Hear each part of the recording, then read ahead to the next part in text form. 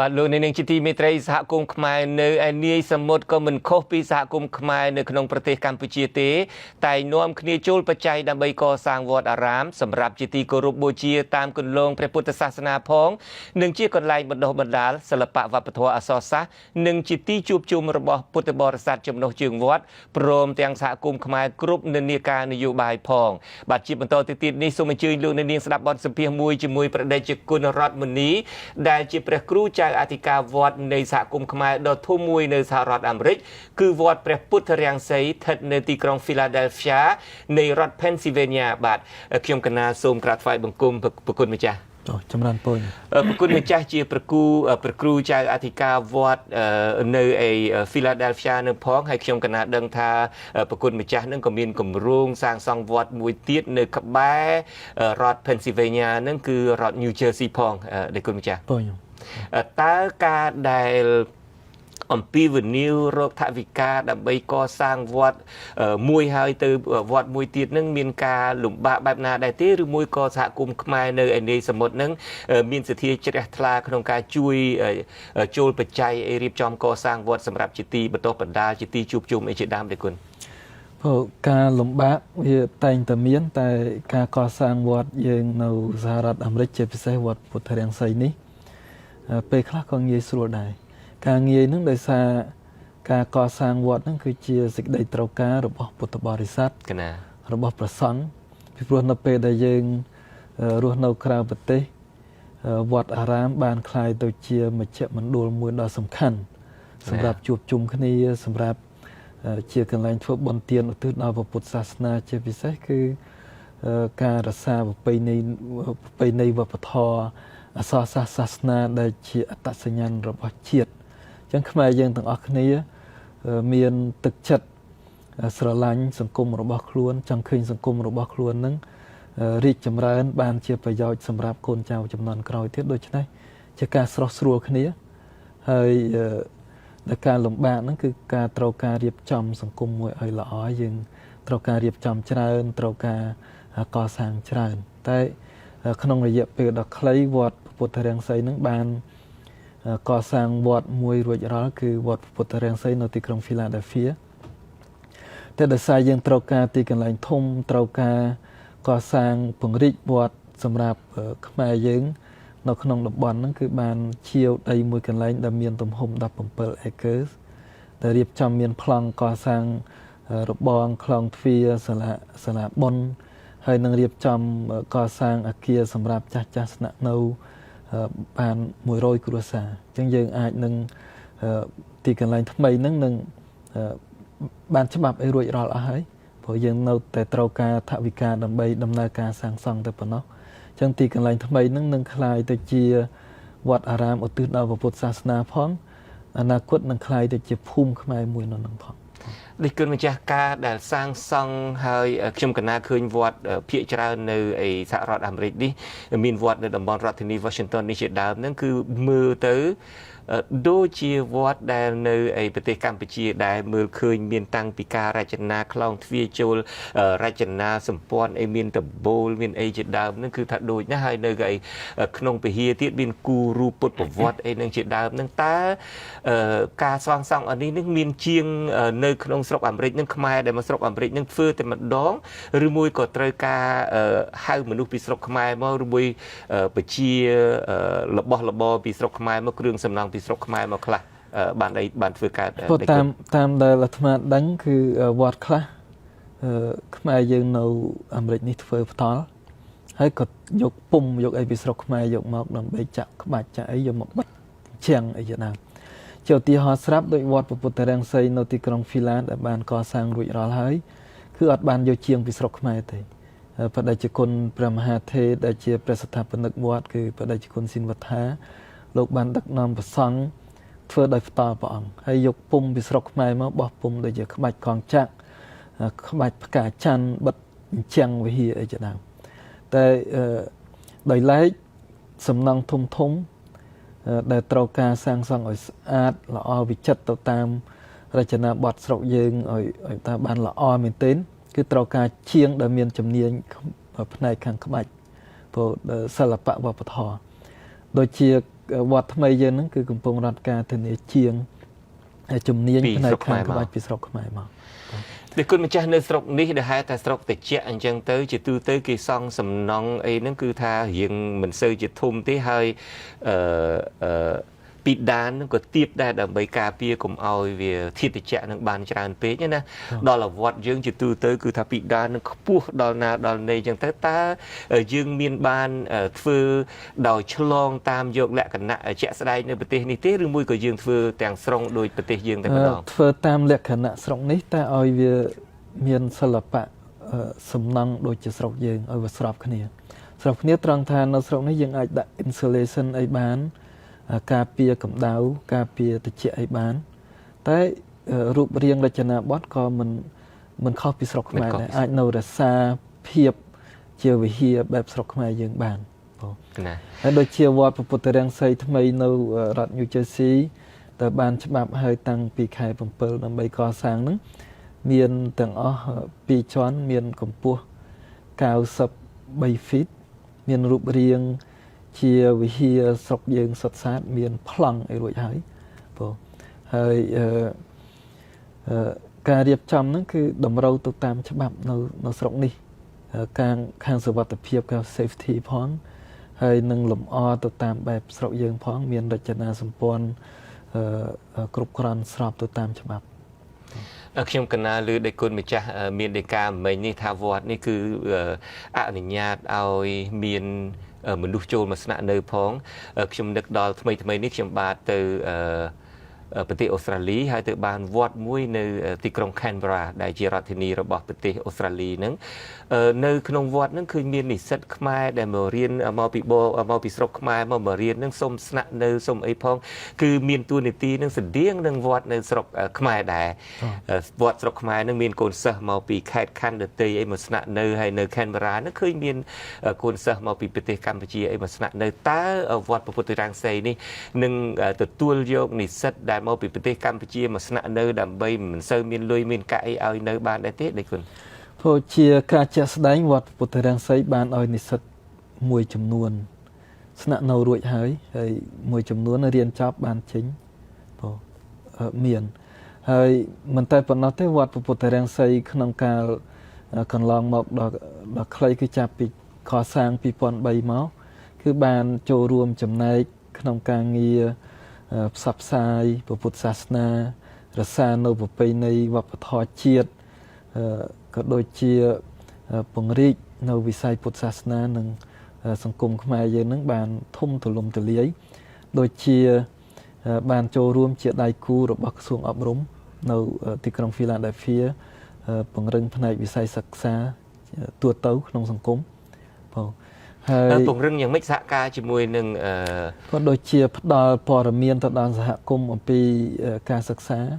ឬក៏ចោះទៅធ្វើកម្មសិក្សាដែលបញ្យល់ដល់សិស្សនិស្សិតខ្មែរឬក៏កូនចៅខ្មែរនឹងអំពីការខិតខំសិក្សាក៏ដូចជាព័ត៌មានផ្សេងតាក់ទងនឹងសាលារៀនបងហើយក៏បញ្យល់ដល់ឪពុកម្ដាយដែលជាឪពុកម្ដាយរបស់សិស្សនឹងឲ្យដឹងពីតម្លៃនៃការសិក្សាជំរុញកូននឹងឲ្យសិក្សាយ៉ាងម៉េចខ្លះ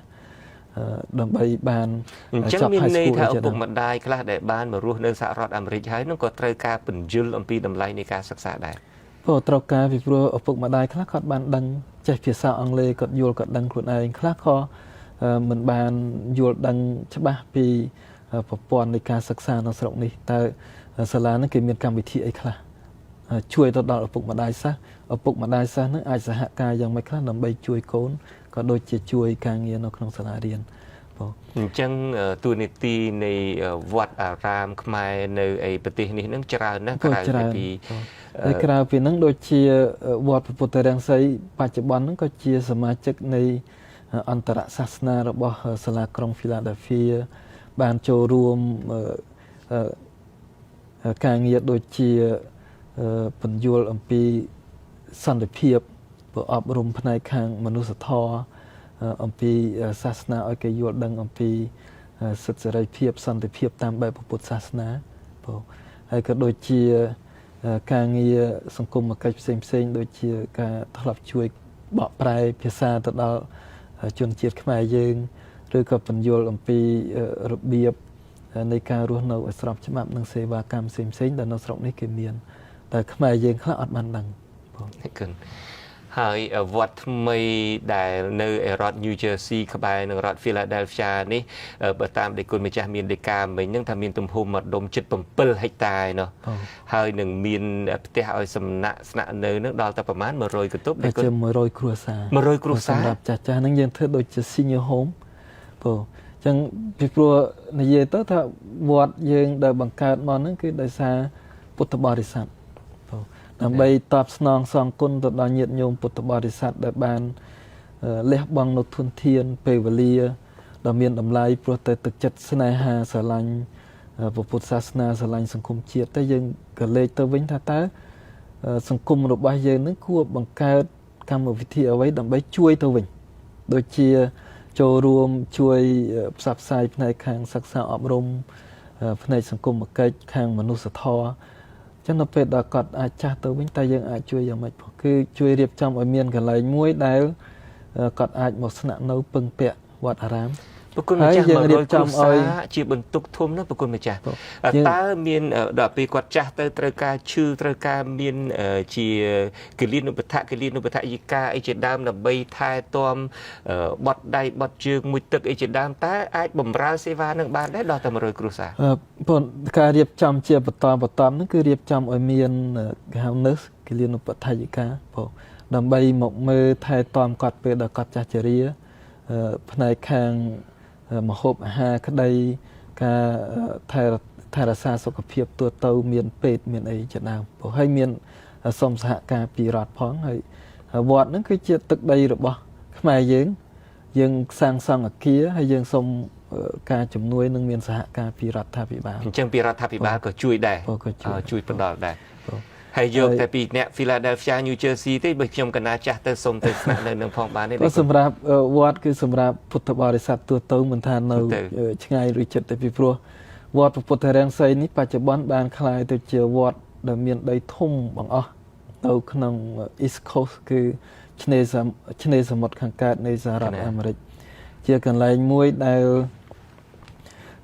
សាលានិងសាកលវិទ្យាល័យផ្សេងៗយកធ្វើជាទីកម្មសិក្សាសម្រាប់សិស្សនិស្សិតដែលចង់ស្វែងយល់ពីពុទ្ធសាសនាពីសង្គមខ្មែរបងហើយជាកន្លែងមួយដែលខ្មែរយើងគ្រប់ទីកន្លែងទៅជួបជុំគ្នាហើយមិនមែនសម្រាប់ទៅអនាគតគឺបច្ចុប្បន្នហ្នឹងដូចជាអ្នកដឹកនាំឬក៏តំណាងឲ្យរដ្ឋាភិបាលដូចថ្មីនេះអគ្គរាជទូតខ្មែរក៏បានអញ្ជើញទៅលេងក៏ចូលរួមពិធីបុណ្យទានព្រោះដើម្បីបានឱកាសជួបជុំប្រជាជនខ្មែរអគ្គកុងស៊ុលខ្មែរនៅហ្វីឡាក៏ដូចជាប្រធានគណៈបក្សសង្គ្រោះជាតិនិងអនុប្រធាននិងអ្នកតំណាងរាស្ត្រផ្សេងៗបងពេលខ្លះទៅសមាគមខ្មែរឬក៏សមាគមមិនមែនជារបស់ខ្មែរក៏ដោយក៏ខ្ចីទីកន្លែងហ្នឹងប្រើប្រាស់អញ្ចឹងទីកន្លែងវត្តពុទ្ធរាំងសីហ្នឹងមានតួនាទីដោយស្វ័យប្រវត្តិដោយសារមានទីកន្លែងធំមានរចនាបថជាវត្តអារាមខ្មែរយើងហើយសូមបញ្ជាក់ថាវត្តពុទ្ធរាំងសីហ្នឹងបានដំបូងឡើយជាវិហារសាសនាយេស៊ូវិហារបុរាណមានចំណាស់ជិត100ឆ្នាំព្រោះធំមាន3ជាន់អញ្ចឹងយើងជាវយកមកកែច្នៃព្រោះទិញដាច់ដើម្បីបង្កើតឲ្យទៅជាវត្តពុទ្ធសាសនាកែប្រែហើយនឹងទិញវិហារសាសនាមួយទៀតគឺសាសនា Jewish ដែលមានអាយុកាលប្រហែលគ្នាធំ3ជាន់ដូចគ្នាពង្រីកទៅជាកន្លែងប្រជុំជាកន្លែងសាលតម្កល់សពហើយទិញបានផ្ទះនៅជុំវិញហ្នឹង8ល្វែងហើយផ្ទះមួយទៀតធ្វើជាចង្ក្រានបាយហើយផ្ទះ18ល្វែងហ្នឹងទំលាយចូលគ្នាคล้ายទៅជាទីកន្លែងធំអញ្ចឹងប្រជុំម្ដងឬក៏ជួបជុំបុណ្យទានអាចរាប់រយអ្នកទៅ1000អ្នកអីក៏អាចដាក់ចោលបានអញ្ចឹងคล้ายទៅជាទីកន្លែងមួយដែលសមាគមអង្គការគណៈបកនយោបាយមកជួបប្រជុំសមាជិកឬក៏ជួបប្រជាជនរបស់ខ្លួនហើយក៏ជាទីកន្លែងមួយសម្រាប់សក្ការៈបូជាទីសង្ឃឹមរបស់ពុទ្ធបរិស័ទតែដោយសារនៅទីក្រុងហ្វីឡាហ្នឹងវាចង្អៀតពេលដែលវត្តពង្រីកកាន់តែធំទៅធំប៉ុណ្ណាក៏ដោយនៅតែចង្អៀតហើយនៅមួយនៅទីក្រុងយើងអត់មានទីកន្លែងចតឡានឲ្យបានស្រួលបួលក៏សម្រាប់ចិត្តទាំងអស់គ្នាទាំងពុទ្ធបរិស័ទទាំងព្រះសង្ឃហ្នឹង chiều đầy mùi cần lấy ban pi chân nam hơi pi chân nam nó đặt cả chụp tầm lọp nó ban ruột đó nâu khai phẩm pớ cứ ban chụpទាំងស្រុងសម្រាប់កសាងប្លង់ដែលបានគូឲ្យដូចជារបងខ្លងទ្វារព្រះវិហារសាលាបុណ្យនិងធ្វើឧទ្យានពុទ្ធប្រសូតត្រាស់ដឹងទៅពីនេះគុណត្រូវការថវិកាប្រមាណដែរដើម្បីឲ្យសម្រេចបានការសាងសង់នេះបាទនិយាយពីថវិកាមិនក្រោមពី10លានឡើងទៅទៀតបងចឹងច្រើនរេងគៀសបានច្រើនដែរហើយឬមួយក៏កំពុងតែរេងគៀសតទៅទៀតទេចំពោះពុទ្ធបរិស័ទដែលមានសទ្ធាជ្រះថ្លាចង់ចូលរួមជួយនឹងតើធ្វើយ៉ាងណាដែរគុណបងគម្រោងសាងសង់នឹងដូចជាការចាស់ផ្ដើមគឺធ្វើរបងខ្លងទ្វារមុនរបងខ្លងទ្វារហ្នឹងគឺមានញាតិញោមពុទ្ធបរិស័ទចោះឈ្មោះជួយរួចអស់ហើយអញ្ចឹងយើងអត់មានត្រូវការបច្ច័យសម្រាប់ជួយរបងទៀតទេបងអ្វីដែលយើងត្រូវការគឺបច្ច័យសម្រាប់ព្រះវិហារសាលាបុណ្យជាបន្តតែការងារបច្ចុប្បន្នគឺការឈូសឆាយពង្រាបដីឲ្យស្មើដើម្បីធ្វើប្រព័ន្ធលូទឹកធ្វើដើម្បីចូលទៅដល់ដំណាក់កាលធ្វើវិហារធ្វើអីបានគឺយើងត្រូវការបច្ច័យដែលបែងចែកជាម៉ែត្រការ៉េហ្នឹងសម្រាប់ញាតិញោមជួយ1ម៉ែត្រការ៉េ$50ជាងបងហើយបច្ច័យហ្នឹងគឺត្រូវការឲ្យញាតិញោមជួយមួយគ្រួសារ1ម៉ែត្រការ៉េក្តី2ម៉ែត្រការ៉េក្តីអាចជួយគឺក្នុងការងារបច្ចុប្បន្នបច្ចុប្បន្នគឺពង្រាបដីกับព្រៃឈើដើម្បីយកទីតាំងសាងសង់ឲ្យចំណាំចុះទីតាំងវត្តចាស់នឹងអាចលក់បានដើម្បីយកថវិកាខ្លះមកសង់កន្លែងថ្មីនេះទីតាំងវត្តចាស់នឹងយើងបានរៀបចំទៅជាវត្តដែលមានរចនាបថសិល្បៈវប្បធម៌ខ្មែរសុទ្ធសាធរួចហើយព្រោះសម្រាប់បច្ចុប្បន្នហ្នឹងគឺគិតថាសម្រាប់ជាទីកន្លែងប្រសង់មកស្នាក់នៅឬក៏សិស្សនិស្សិតមកស្នាក់នៅអាចទៅរៀនសាកលវិទ្យាល័យឬក៏វិទ្យាល័យនៅក្នុងតំបន់ជិតខាងនឹងបានស្រួលយើងមិនតាន់សម្រេចថាលក់នៅឡើយទេបងហើយជាអារាមមួយដ៏ធំនឹងពិបាកលក់ចេញដែរបងហើយបើលក់អាចលក់អាគារមួយចំនួនបានតែវិហារទីកន្លែងសម្រាប់ប្រសង់ស្នាក់នៅគឺថាទុកជាប្រយោជន៍សម្រាប់សិស្សនិស្សិតសម្រាប់ប្រសង់ក៏ដូចជាពុទ្ធបរិស័ទយើងទៅមុខវែងឆ្ងាយទៅទៀតអរគុណអរគុណពីព្រោះយើងដល់វេលាហើយខ្ញុំកណាថ្ងៃណាមួយក៏នឹង Philadelphia ពីរដ្ឋធានី Washington នេះទៅប្រហែលជា2ម៉ោងទេខ្ញុំកណានឹងចូលទៅហើយនឹងថតរូបអីទាំងឡាយដើម្បីយកមកចែកជូនលោកអ្នកនាងទស្សនានៅពេលក្រោយខ្ញុំកណាសូមអរគុណអរគុណតែត្រឹមនេះសូមអរគុណសូមជូនពរនៅពុទ្ធពរទាំង4ប្រការគឺអាយុវណ្ណៈសុខៈនិងពលៈកំបីគ្លៀងគ្លាតបាទអរគុណទេគុណ